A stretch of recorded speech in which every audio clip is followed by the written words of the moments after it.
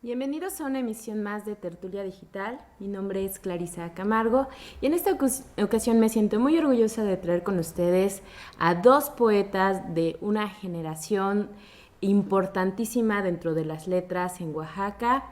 A mi mano izquierda tenemos a Ena Osorio y a mi mano derecha tenemos a Daniel Niscup. Hoy hablaremos un poco de cómo la poesía es un medio idóneo para hacer resistencias desde la subjetividad. Comenzaría preguntándote, Ena, ¿qué libros fueron los que te impulsaron quizás en el trayecto de tu vida como para darle entrada a este oficio tan difícil y tan sublime que es la poesía? Bueno, así como un libro en específico, Libros. de pequeña, la verdad es que mi padre me leía poesía. A él le gusta mucho para lo que él conocía y lo que se manejaba como poesía en las escuelas, pues todo el siglo XIX, ¿no? Los clásicos del siglo XIX. Y siendo yo niña, pues por ejemplo, a Juan de Dios Peza, con sus poemas de Juan y Margot, me leía a Becker, no recuerdo. Bueno, el punto es que mi mamá, por su parte, me obligó a leer de chiquita como una actividad. Ella siempre me inculcó mucho el estudio, entonces antes de ver televisión o de cerrar el día con cualquier programa bobo, la verdad es que ella prefería que nos pusiéramos a leer. Entonces era agarrar los cuentos de los hermanos Grimm y leer un ratito. La verdad es que no me tardé mucho tiempo en agarrarle gusto a esta actividad y a desarrollar a mi capacidad para expresarme a través de la palabra escrita más que con la palabra hablada. Entonces, cuando yo tenía algún conflicto con mi familia, que no me dejaban ir a una fiesta de cumpleaños o me exigían de más en una tarea, mi manera de expresarlo era calcando un dibujo del libro de cuentos que leía y escribiendo yo algo, ¿no? Una frase que tenía ya el tono poético porque no era en sí contar algo, sino era expresar una emoción. Ya más adelante prefería quedarme leyendo a salir con mis amistades, ya siendo una adolescente, y encontré un día un libro que se llama Cartas a un joven poeta de Rilke, estando yo ya en la preparatoria, a principios de preparatoria. Entonces, con este libro, la pregunta grave, ¿no? Si te fuese vedado escribir, sabiendo que puedes escribir y qué es lo que quieres hacer, ¿podrías seguir con vida? Si tu respuesta es sí, pues dedícate a otra cosa. Entonces yo dije, no, yo quiero escribir. Y creo que ese fue el libro principal con el que comencé después. Pues diferentes poetas, entre ellos a Pessoa, ya más adelante ya en la carrera, por supuesto Rimbaud. De Pessoa hay un libro que no es precisamente de poesía, pero que para mí es como una Biblia, porque es un libro que cuando llego y tengo ganas de leer algo, como mucha gente creyente que abre la Biblia y dice, ay, esto es lo que me están diciendo el día de hoy, sí queda, ¿no? Hay un libro que se llama, es el libro del desasosiego, de Fernando Pessoa. Ese libro también me pudo mucho porque la formación se da en el imaginario, ¿no? Y también todas tus temáticas. Entonces, es un libro que me influyó mucho para desarrollarme como poeta. Muy bien, Dani, pues yo sé que no todos siempre tenemos esos privilegios como de que nuestros padres sean propulsores de la lectura. Yo, por ejemplo, no los tuve muy de cerca, pero me gustaría, aunque nunca me lo prohibieron, ¿no? Me gustaría que me platicaras cómo fue tu acercamiento a las letras, qué libros te inspiraron muchísimo, cómo fue tu proceso para hacerte de este medio. Ahorita que escuchaba el comentario, me doy cuenta un poco de esa generación justamente que viene en el libro, ¿no? Los hermanos Grimm. Vamos a ver, esto está interesantísimo. Está interesantísimo. Ya hablaremos de ya llegaremos a ese punto en un momento. Es una antología de la generación de poetas que muy casualmente me vine a encontrar, la generación de poetas nacidos de 1970 a 1989. Pero bueno, regresaremos a ello en un momento. Claro. Continuamos contigo, Dani. Sí, pues en realidad, igual, de la misma manera, yo nací en la Ciudad de México, entonces mi mamá, mi papá no son personas que se hayan acercado mucho a la cuestión de las letras, ellos son químicos, los dos. Entonces, pues eran más la ciencia y todo, ¿no? Y la forma, de alguna manera, en que yo veía a ellos, pues les imitaba, ¿no? Al estar haciendo cosas de química. Pero pues compraban libros, mi papá como estudió en CCH, pues llevaba mucho humanidades. Entonces, pues tenía un librero ahí un poco de libros que tenían... a esa edad yo me acercaba, los hojeaba, pero como que todavía no llamaban. Los que me llamaban eran los de los hermanos Grimm. Y entonces lo que empecé a hacer fue a leerle a mi hermana en las noches, ¿no? Todas las noches le leía un libro de 4 cuentos, no sé cómo le hacíamos, pero era muy bonito, ¿no? Muy lindo. Y ese es mi primer acercamiento así directo. Pero no era que mis papás me dijeran, tienes que leer, tienes que... No, nunca, creo que no se salió por ahí de algún lugar. Y la otra, pero en realidad el primer libro que creo que leí así como, que podría decirse poesía, fue uno más bien es un cantautor, pero tiene una antología publicada de su obra, es Atahualpa Yupanqui, argentino, y ese creo fue más bien el primer acercamiento que tuve como a cierta poesía que hablaba más de la tierra, del campo, y me hacía mucho eco, porque a esa edad pues veníamos de vacaciones a la Mixteca, de donde es mi papá, y creo que más bien mi acercamiento a la poesía sí fue a través de los libros, cuando empecé con Atahualpa Yupanqui, después más adelante con Benedetti, la hora del amor y todo eso, ¿no? Claro. Pero creo mucho que fue mucho la tierra, ¿no? El espacio donde mi papá, de donde nació mi papá, en la Mixteca, mucho también de Sachila, que es de donde es mi mamá y donde vivo también y donde me considero que también soy, pero creo que un poco más esa zona de allá, ¿no? Como que este lugar en donde los seres humanos son un poco más cercanos a la tierra, al campo, a la vida, ¿no? Entonces creo que eso es más bien lo que me hizo acercarme a la poesía. Ena, platícanos un poco cómo has vivido tu proceso como poeta en relación a tu experiencia privada de vida, cómo ha catalizado tus emociones y en qué medida es la poesía el camino que tú has elegido para poder expresarte. Bueno, yo me considero una poeta experiencial, confesional, de hecho, ¿no? Actualmente voy al Yago a leer la obra completa, estoy acabando de leer la obra completa de Anne Sexton, Ladrillo Maravilloso. Me gusta mucho, pues me siento un tanto identificada con mujeres como Dolores Castro, Rosario Castellanos, Enriqueta Ochoa en su temática familiar, por ejemplo, Silvia Plath, esta poeta Carson. Y bueno, yo comienzo a escribir poesía sin saber que estaba escribiendo poesía. Simplemente tomas la forma por la musicalidad, por el juego. Me resultaba inmensamente divertido y a la vez también liberador, porque era más fácil expresarme así y porque me divertía muchísimo estar viendo las posibilidades de decir las cosas que yo veía, las imágenes, era una postura un tanto romántica la del principio, pasarlas a palabras y podérselas dar a leer a alguien. Yo tenía una amiga en la secundaria, cuando viví en Cuautla, Morelos, que se llama Nadia Arce Moreno, que ahora es una gran pianista, ambas como tendientes al rollo artístico. Yo le pasaba lo que escribía y entonces ella me expresaba lo que yo despertaba, ¿no? en ella. Entonces, bueno, otra cosa que también hacía era declamar. Me gustaba mucho declamar, imitando a mi papá, y porque era muy entretenido también ver la respuesta del público. Tender ese puente con el otro me resulta algo mágico, ¿no? Y es a través de la poesía que lo logro.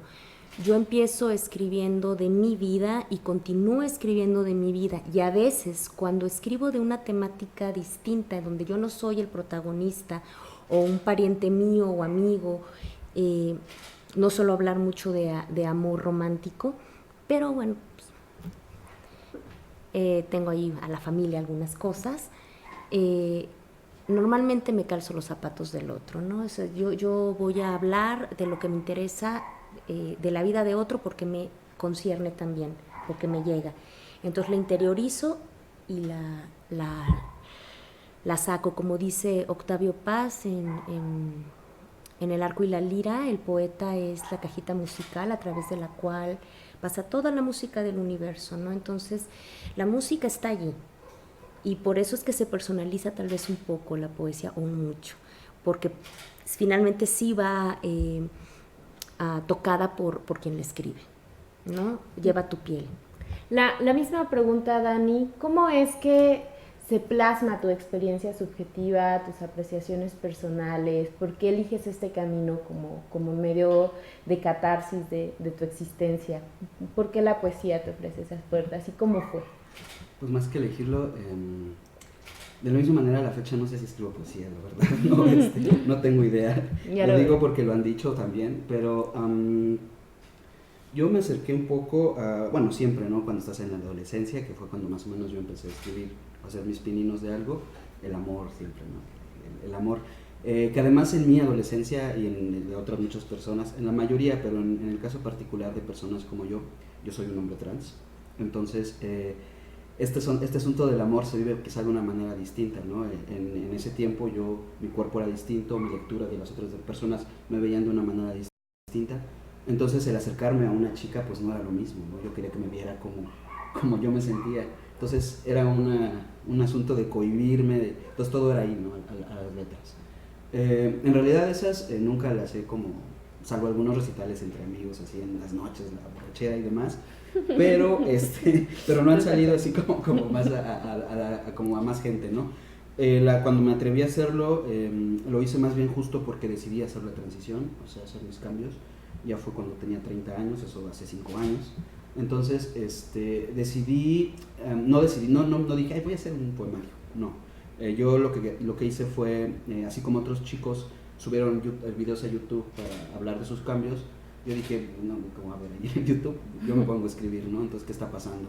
Y abrí un blog y fui poniendo ahí poesías acerca de mis cambios, lo que estaba pasando cada tanto, y eso está en un poemario, ¿no? Que es que se llama Poesía en Transición, así se llama justamente, es de 2017 y es de Pese del Árbol, igual editorial independiente de Oaxaca.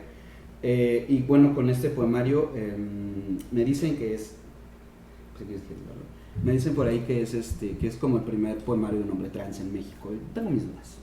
Yo me imagino que ha de haber más personas, hombres trans, que a lo mejor o no fueron publicados o no tuvieron la oportunidad de decir yo soy, ¿no? Entonces por eso creo que la poesía, las letras, como cualquier otra expresión artística y de creatividad humana, salvan, sanan y hacen puentes, ¿no? Para justamente poder llegar a sentarme aquí y decir, pues sí escribo, pero saben que también soy trans y también puedo escribir yo. Bueno, pues justamente quisiera que pudieran hablarnos un poco de lo que ya es su trabajo, como compartirnos su expresividad, su lenguaje propio. Entonces comenzamos con un poema tuyo, Ena. Ahora sí, échate las de la declamación. Bueno, una cosa que me gustaría comentar es que para muchos los procesos creativos, para cada persona el proceso creativo es distinto y los motivos que te despiertan. Hay gente que puede ponerse a escribir un poemario, un poema diario, ¿no? Y eso yo creo que es muy bueno para la parte del oficio, para forjarse en él. Es como el ebanista. Mientras más conoces la madera, que es tu herramienta de trabajo, en este caso las palabras, y todas las licencias poéticas, leyendo y escribiendo, pues mejor te queda ya sea el mueble o el poema, cuando realmente viene uno que valga la pena, porque no todo es, ¿no? Y yo por mi parte sí he tenido periodos de no producción por diferentes situaciones que responden a mis momentos de vida, ¿no? Pues un embarazo estando yo muy joven, nació pues muy delicado mi hijo, sacarlo adelante fue dedicarle todo mi tiempo durante casi 8 años, entonces, y además como mamá soltera, donde el papá se hizo ojo de hormiga, sí, esos que se divorcian de ti, porque me casé además, me divorcié a los 25 años y se divorcian del hijo, ¿no? Siempre con el apoyo de mi familia, la verdad es que mi padre, mi madre nunca me dejaron, pero pues sí, para lo que la poesía y la literatura exige, que es súper celosa, yo no le había dado todo el tiempo hasta hace poco. Entonces ahora estoy desarrollando, bueno, cuando tuve la beca del Fondo Nacional para la Cultura y las Artes, hice un poemario, pero ya responde a otro momento, no lo publiqué y de hecho lo voy a reescribir, pero a la par saqué otros proyectos y entre ellos hay uno que se llama Torceduras. Este proyecto lo inicio, lo saco del cajón con ayuda de un poeta al cual admiro muchísimo y quiero muchísimo, que se llama Francisco Hernández. Y él me sugirió, ¿sabes qué? Ya tienes como este tipo de poemas, estás hablando de personas famosas, no todas del arte, simplemente personas famosas, sus momentos torcidos en la vida, y todos los tenemos. ¿Por qué no te vas por allí? Investigas, entonces más o menos me enseñó cómo él hacía sus trabajos y yo agarré caminito. Y el poema que les voy a leer a continuación pertenece a Torceduras y se llama Alexander McQueen y su legado de huesos. ¿Qué le hace al cuerpo una armadura de vidrio cuando se quiebra? Pasada la sangre y antes de las cicatrices, en la herida abierta el cristal que permanece también es hueso, el espejo carnicero.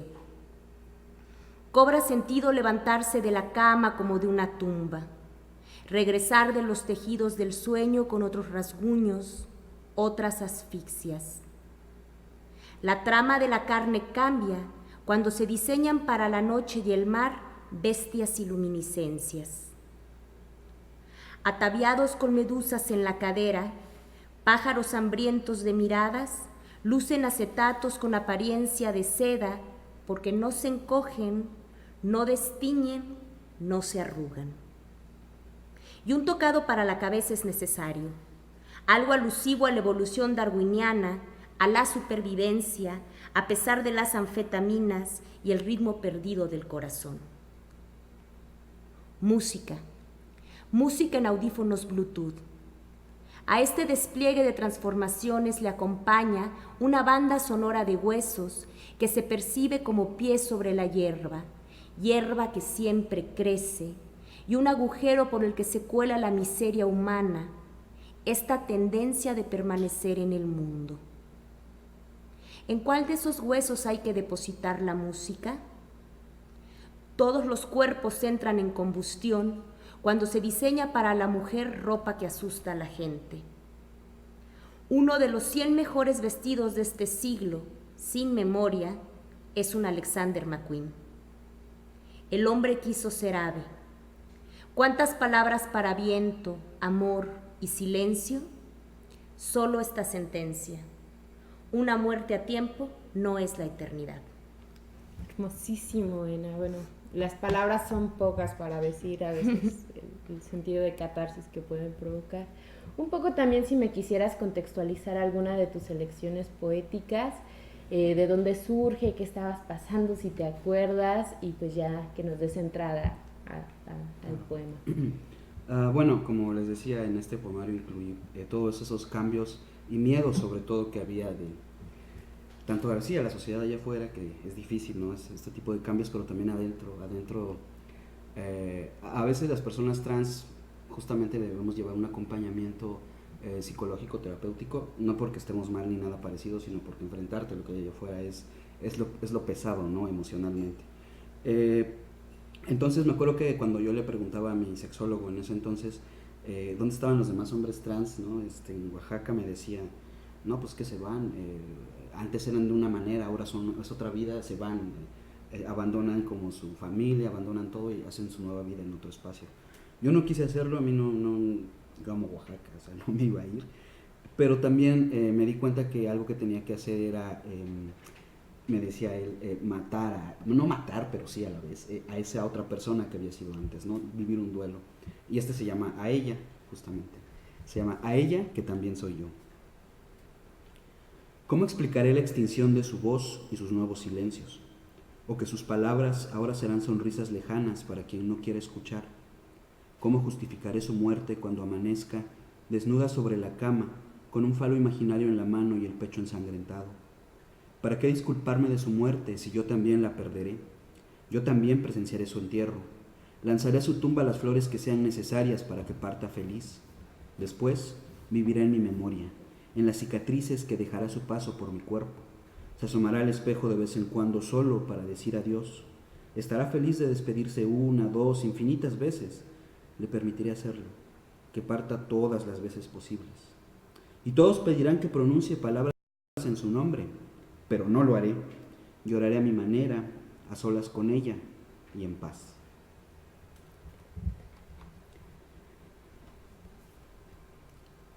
Parte de los cambios también tenían que ver con la voz y la voz era algo a lo que luego no queremos renunciar, ¿no? Pues cómo vamos a renunciar a algo que nos conecta nuestro sentir al resto del mundo. Y en ese caso, en ese tiempo yo hacía radio comunitaria, entonces en comunidad en Sachila, la radio pues llegaba más o menos a San Bartolo, a otras comunidades donde ya me conocían con mi otro nombre, con mi voz, con esto, entonces me daba mucho miedo ese cambio, ¿no?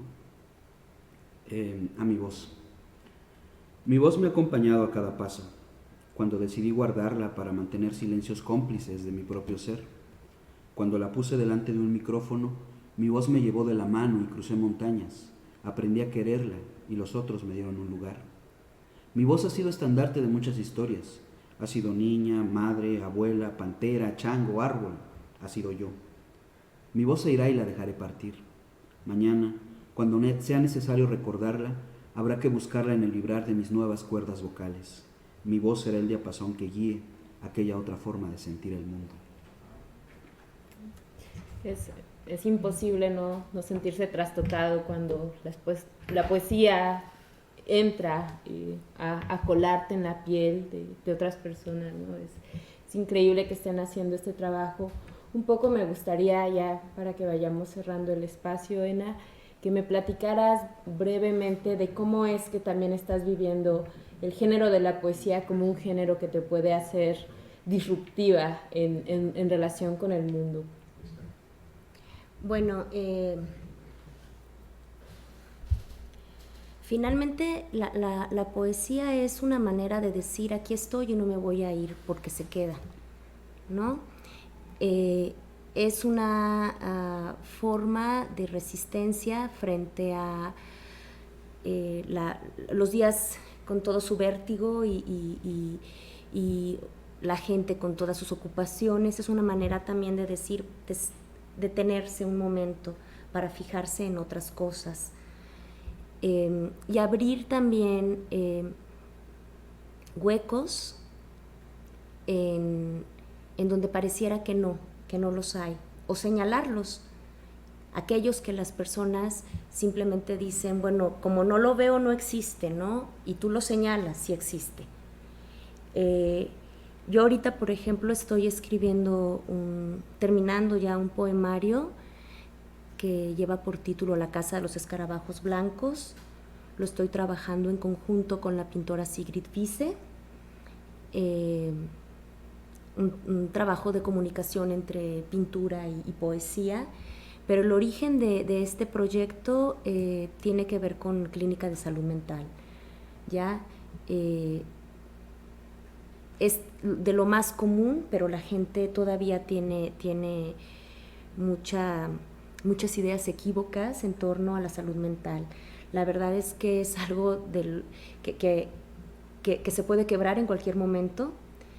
No sabes, un accidente cardiovascular, por ejemplo, un mal golpe, alguna mala medicación, te pueden llevar a ello, ¿no? Vamos también finalizando, que me expliques brevemente cómo es que entras en esta antología y más o menos de qué va el proyecto, ¿no? Bueno, sí, esta antología va a presentarse ya el próximo sábado, me parece, en el Yago, si no me recuerdo. En el Yago Alcalá a las 12. ¿Qué día? El sábado. Sábado 9 de noviembre, 12, mediodía, en Yago Alcalá. ¿Y cómo es que entraste a esta antología? Bueno, ¿Qué sí, pasó? se presentó una convocatoria, por ahí unos amigos creo que en común, Israel y Víctor también, quienes trabajaron muchísimo en el proyecto, y bueno, reúne justamente a poetas que ya como mencionábamos del 70 al 89, una generación pues bastante marcada por muchas cosas que hemos vivido en 4 décadas distintas, y aún no tenemos 40 algunos, dicen por ahí. Entonces, y además en 2 milenios y 2 siglos. Entonces, es un esfuerzo que creo que vale la pena pues abrirlo, leerlo, porque se está haciendo en Oaxaca y se está haciendo colectivamente, y creo que es lo más importante, ¿no? Sí. Esto de creer de pronto que un libro o un poemario o lo que sea sale porque el autor lo hace y ya es mágico, no, hay muchísimas personas haciendo, colaborando, y en este caso que somos más autores, pues todavía más aún, ¿no? Entonces, pues eso, ¿no? Próximamente se presenta, tenemos la primicia de estar aquí hablando ya de él, y fue un acierto muy bueno de tu programa. De hecho, es la editorial Dilema, y bueno, el primer título con el que salieron es una novela de ciencia ficción de Israel García Reyes, que se llama Eve, el proyecto Esfinge, y es su segunda apuesta, ¿no? Entonces, pues los esperamos allí. Pues desgraciadamente siempre nos quedamos un poquito cortos de tiempo, sin embargo agradezco a ambos que nos hayan endulzado el oído con todo el carisma que transmiten a partir de la poesía. Yo creo que estas son apuestas importantísimas. ¿Podemos conseguir tu antología en algún punto todavía? Está en internet, si lo buscan internet, así como Poesía en Transición, es libre, ya se puede descargar y compartir a quienes gusten pues, el tema. ¿Tus poemarios dónde los podemos conseguir, Ena? Pues esa es una muy buena pregunta. Yo siempre he salido en antologías y en revistas, estoy en varios títulos. Estoy, por ejemplo, con Almadía en Cartografía de la Literatura Oaxaqueña Actual. Estoy en Editorial Praxis, en Poetas Jóvenes, Poetas de la Tierra, algo así, Poetas Jóvenes de la Tierra, de Oaxaca. Y bueno, otras antologías, Mezcalito City. Pero mi primer libro tiene que salir el próximo año. Primer libro yo solita, que es el de La Casa de los Escarabajos Blancos. Y pues próximamente ya. Pues estaremos teniéndote en cuenta para la siguiente emisión. Por cuestiones de agenda, pues tenemos que dar por terminada esta emisión más de Tertulia Digital. Les agradezco muchísimo de que me hayan compartido todo su ser y sus vibraciones a través de estas perspectivas poéticas tan relevantes en nuestro estado. Y bueno, es todo por esta emisión. Mi nombre es Clarisa Camargo. Me despido de ustedes con mucho amor. Y hasta la próxima. Gracias. Gracias.